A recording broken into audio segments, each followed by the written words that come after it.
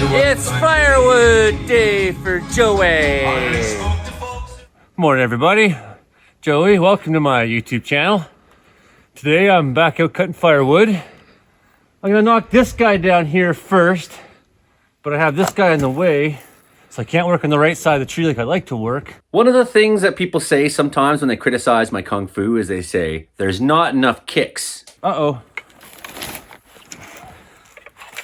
Son of a motherless goat.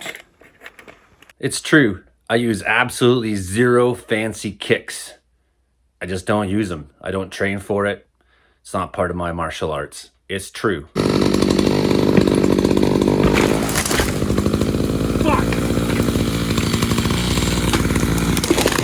If you could kick a 2,000-pound tree off its butt while it's snagged up in branches that are trying to hold it from another tree, if you could kick it clear off its butt with one side kick, you might say to yourself too, how many fancy kicks do I actually fucking need?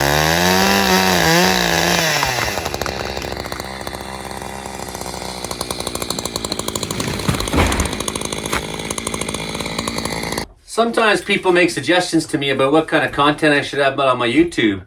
And one of the things I get sometimes is, you should make instructional videos. For example, how to fall trees, how to survive in the wilderness, things you should do. Be like Joey. Yeah, what you should do is watch a lightning storm because you want to see lightning and get struck by lightning. That's what you should do. Be like Joey. But then I look at my actual track record of what I do in the bush, and I say to myself, do I really want to encourage people to be like me? I mean, really, I'm probably not what you might consider safe. So I admit my first tree fall today was kind of reckless. I'm pretty sure it's not in the playbook for how to fall trees to go kicking them off the goddamn butt. So don't do that stuff, right? Do what I say and not what I do. That's often been my motto because I do things differently. I mean, how you get good at this kind of stuff is you just do it. And sometimes it's not going to go the way you plan or want. Well, it was kind of a mistake. The tree got hung up, and then if you overthink it, you're just going to make it harder on yourself and make it more dangerous in a way. You just got to let go and be in the moment. So all I cared about was that the tree didn't fall on my saw. That's the most important thing, right, Josh? And there was no panic. I just relaxed, and I did swear because I thought the tree was going to fall on my saw. That would have been bad. Nonetheless, it's just fluid and natural to me up there. Like timing, speed, rhythm, it just all comes to me. And I have this way about me that, you know, when I get into those phases, those mind states, I'm almost invincible out there. And I don't think that's something I can just give you on YouTube, how to be like that, right?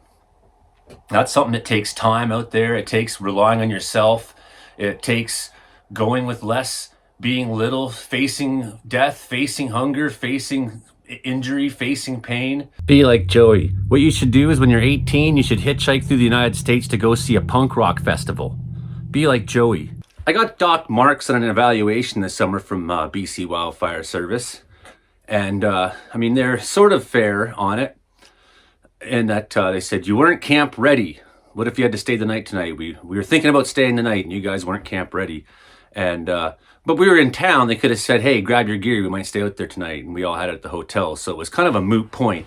It was something that with a few minutes of communication, we hadn't been asked to stay outside in like 3 years, right, at the fire. So somewhat understandable. But then when I finally got all the way back to town, and the next day we showed up with all our camping gear, and we set we got after the fire day, we went out to this lake and we set up. It's on my YouTube. You can see the videos.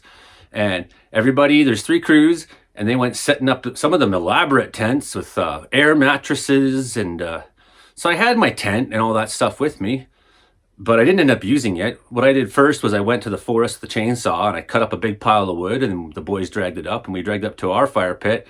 The other crew was like, hey, aren't you going to bring the wood to our better fire pit? I was like, no, because your fire pit was too tall and I didn't want to sleep next to it. I wanted to sleep next to a fire pit that was shallow and that I could stay warm next to. And there I stayed on top of my sleeping bag all night sleeping. It was below zero. People were freezing in their tents and I was the warmest guy. And it's like, dudes, I was born camp ready. I can go out to the bush and sleep on some pine boughs next to a campfire and I'll survive the night. Like, don't do what I do, right? Because if you're like me, you're cavalier about it because nothing can faze me out there. It's my home.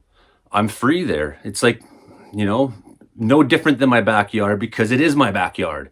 It's where I live. You know, I don't have this idea when I'm out there that I'm in the bear's territory and habitat. No, it's my habitat too. Screw you, bear. That's the way it is. Wherever I go is my habitat. I don't care if some other animal lives there. I don't care. You know, it's not that I don't respect them and try to show some like, okay, hey, you live here, see ya. Nonetheless, like, I don't see myself as some outside force because I'm where I'm supposed to be. I'm in the wilderness. I'm safe. I'm free. The other thing I have is this utter relaxation that certainly is trained from Wing Chun, but it's something that comes very naturally to me. How my body is, I'm never tense, you know, and that just saves me so much trouble up there in the bush and I free flow and I enjoy it. I don't know if I can tell you how to be like me. It's maybe not a good idea. Ah.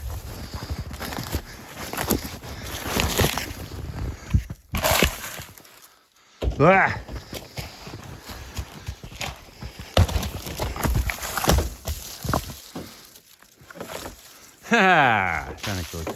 And then say I go do make some chainsaw instructional video, because I know I do things correct for the most part, you know, and then something goes wrong and it's like, well, you went and learned on YouTube and then something goes wrong and you're gonna blame me, like, oh, I watched it on YouTube, Joey, this is how Joey only does it, right? And it's like, that's not for me. Like, if you want to become a bush person, you're gonna have to do it the hard way sometimes, which is go out with someone who knows what they're doing and learn, right? Doesn't need choke. I did that already. Doesn't need it. The choke's gonna like, it won't start.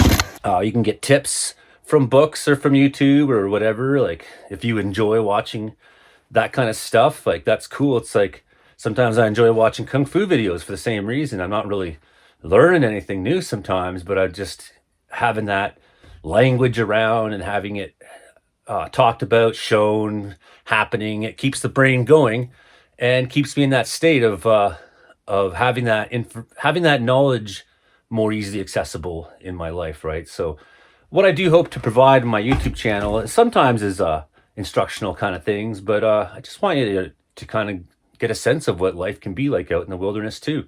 Be like me out there. I don't know, that's could be kind of stupid.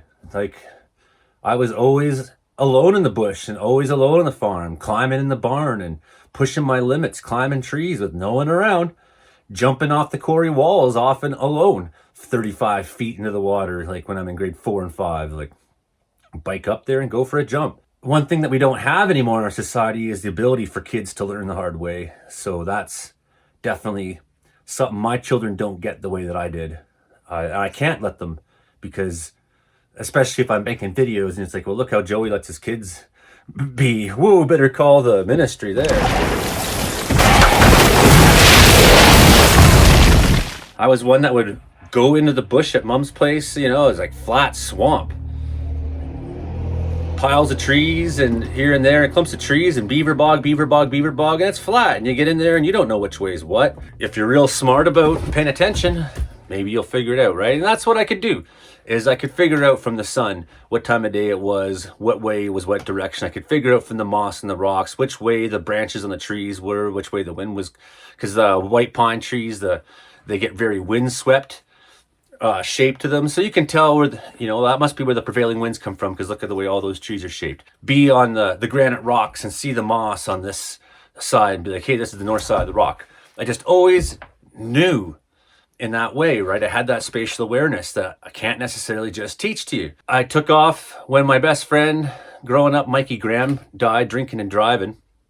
Rather than go to the funeral, I hitchhiked to Algonquin Park and went to the Uplands backpacking trail and spent 5 days alone hiking that trail.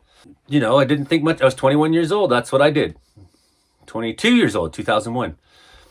That was the kind of stuff I would do. I would take off in BC into the mountains, and there was a bunch of times I spent 5 days alone out in the fucking bush, hiking, climbing, and being keenly aware that I cannot make a mistake. One mistake is the end. So I had to take a warrior mind about it. Going into battle, everything is dangerous out there. It's not just the tree falling. It's not just an animal. It's not just the weather, it's everything. It's the roads, it's how you get there, it's the cold, it's drowning.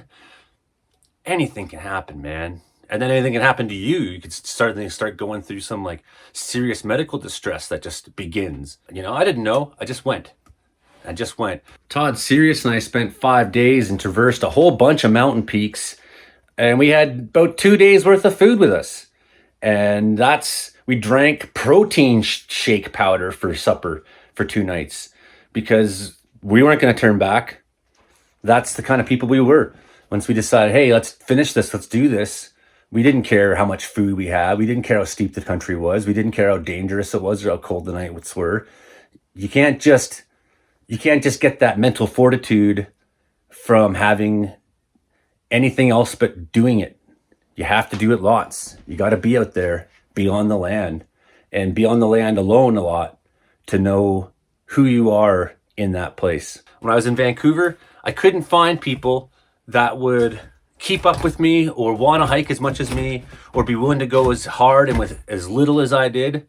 And so many of my mountain hikes that I did when I lived down there, all the North Shore mountains I hiked, except for the Lions and Coliseum.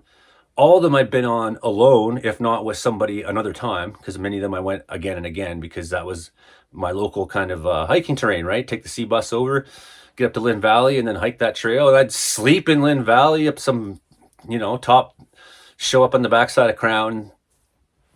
I just went and did my thing, and no one wanted to just do that because it's crazy. After we get our firewood in, next project's to get my truck on the road because I'm probably gonna need more firewood yet this year than this bunch we got, but this is great. Gonna survive some of the winter now. And this is really nice pine. Not punky or rotten or fucking anything. I'm not sure if I should be on here on YouTube suggesting to you, just try random plants if you don't know what they are. And be like Joey, that must be a good idea. Victoria shouts to Tommy, alerting him of the alligator's presence, which is when the once again extremely drunk and clearly overconfident Tommy yells, "A gator," and then immediately jumps into the water. As Tommy casually swims to a small island on the other side of the bayou, a stunned Victoria looks on in horror as Tommy is pulled under the water. Here's some advice. Like when you're 22 years old, what you should do is go west and go to British Columbia for the first night of your life and go camp in some bush you've never been in and get really high on mushrooms and creep around and run into a grizzly bear and then you should scare it away. That's what you should do. No, don't be like Joey. Bad idea. Don't be like me. If anything, that's what you should learn from my YouTube channel. Don't be like Joey only. And there is our full load. And when you're tiptoeing around and run into that first grizzly bear of your life, you should be barefoot. Don't be like Joey. No, I've always been my own kind of animal. And hey, I'd love to share some of those stories with you. One of the things I did last week was I made 2 videos about my mountaineering and adventures in British Columbia. They're storytelling videos, reading from my journals at the time. I'm going to do more of that kind of stuff and share some of those stories because a lot of them are really crazy. You probably wouldn't believe it, but it happened. And sometimes there was people there to see it too. I've climbed way over 100 mountains for sure. And many of those I did alone, right? So there were some adventures like up to the top of the Lions in Vancouver that I had friends with. Top of Coliseum Mountain, I believe I had somebody with me there. I had Andrew Stapleton hiking with me, so he and I hit Cheam and Lady Peak and a bunch of mountains like that. But still, so many of my epic adventures were alone, so don't be like me. And Josh was trying to convince me, like, well, if you go into the Cariboo, you should take a satellite phone or something like that. And I was like, no, man, like, if I go off on an adventure, backpacking and make videos, I'm taking nothing but myself, and I'm going to make good decisions, and I'm going to be smart, and I'm going to be okay because I feel safe out there. I feel good. I'm paying attention. I'm aware. I'm relaxed. So those are things that are personal to me that you know, I've walked on that edge of death a lot of times, and I've become comfortable with it and have learned insight and gained power from it. But I don't think that's something I should be saying to you, hey, everybody on YouTube, become a crazy wilderness lunatic like Joey only, because you'll end up poor and begging people for GoFundMe help and getting them. You'll be saying, please subscribe to my channel and please share the videos, because every time you watch one of those videos, I make a couple cents off that revenue of that advertisement at the beginning. And when I say, hey, become a member of this channel, if I get a few more members, I'll start making private videos that are for members only. Hey, support my Patreon.